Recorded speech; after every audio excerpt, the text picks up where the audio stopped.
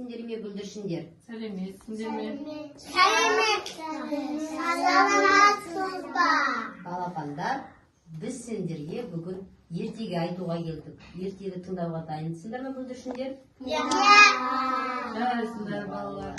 Бүгінгі ертегіміз Айлакер түлкі мен аңқау ешкі туралы. Баяғы өткен заманда бір орманда Айлакер түлкі болыпты. Ол секеңдеп, секіріп келе жатып, бір құдықтың ішіне түсіп кетеді байқаусызда. Содан ары тырбаңдай, бері тырбаңдай, жаңағы құдықтың ішіне шыға алмайды.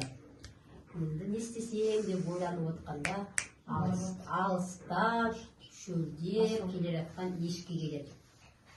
Ешкі құдықты көріп, мәна құдықтың ішінде салқын су бар екен, бір су ішіп алайын дейді.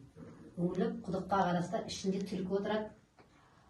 Түлкіге қарап, түлкішек, құдықтың ішіне не алып түсіп алғансың деп сұрайды ешкі.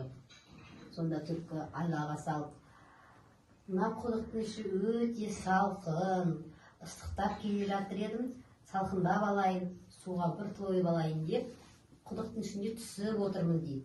Бұл сөзді естіген шөлдеп келе жатқан ешкі тап беріп құдықтың ішіне секіріп түседі.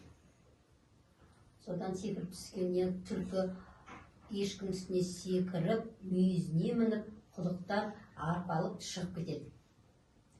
Аңқаулығына сөйтіп ешкі алданып қалғанын түсінеді.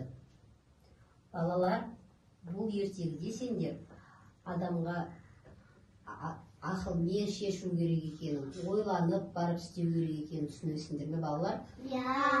Әр айтқан сөзге, әркімнің айтқан сөзіне ілесе беруге болмайды. Бір нәрсе істер алдыңызда, балалар, ойланып, ақылмен шешу керек екен, әрбір заттың бастарыңызда ойланып істеуіңіз керек. Әркім сендерге, балалар, шындықты айта бермейді екен. Әркім өз пайдасын ойлайды. Сол үшін бір нәрсе бастарымызда, балалар, ойланып, ақылмен шешуге, сонда ешкі ұқсап біз алданып қалмаймыз. Жарайсыңдар балалар. Түсіндіңдер ме балалар? Жарайсыңдар.